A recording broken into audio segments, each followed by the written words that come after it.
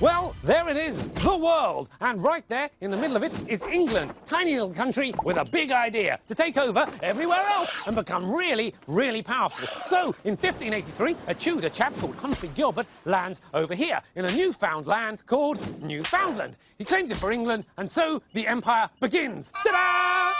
Sadly, he doesn't leave anyone there to look after it, and then he dies on the way home. So all in all, it's not a brilliant trip. But England tries again. In Stuart times, back across the Atlantic they go, and this time they claim Canada and the Caribbean, and most importantly, the east coast of America, which means we finally have a British Empire, and everything's going awfully, awfully well.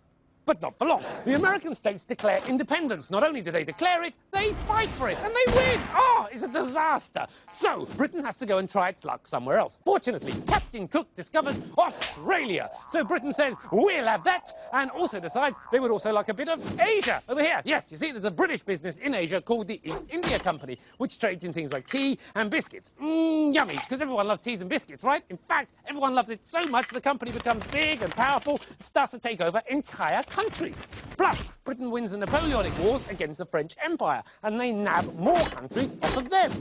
But wait a minute, it seems the Indian people don't like being ruled by a tea company, and who can blame them? They decide to rebel. The British Army, however, crushes the rebellion, and Queen Victoria takes over the country as Indian Empress, which don't impress the Indians. Ha-ha! Meanwhile, over here, it seems that the Dutch won't share South Africa. Naughty, naughty. So Britain has a couple of wars down there, the Boer Wars, and gobbles up a few more countries along the way. In fact, by the time World War I breaks out, a third of all Africans are ruled by the British. And what's Britain's prize for winning the war? A load more countries, of course. I mean, just look at it all. A third of the planet run by one tiny island.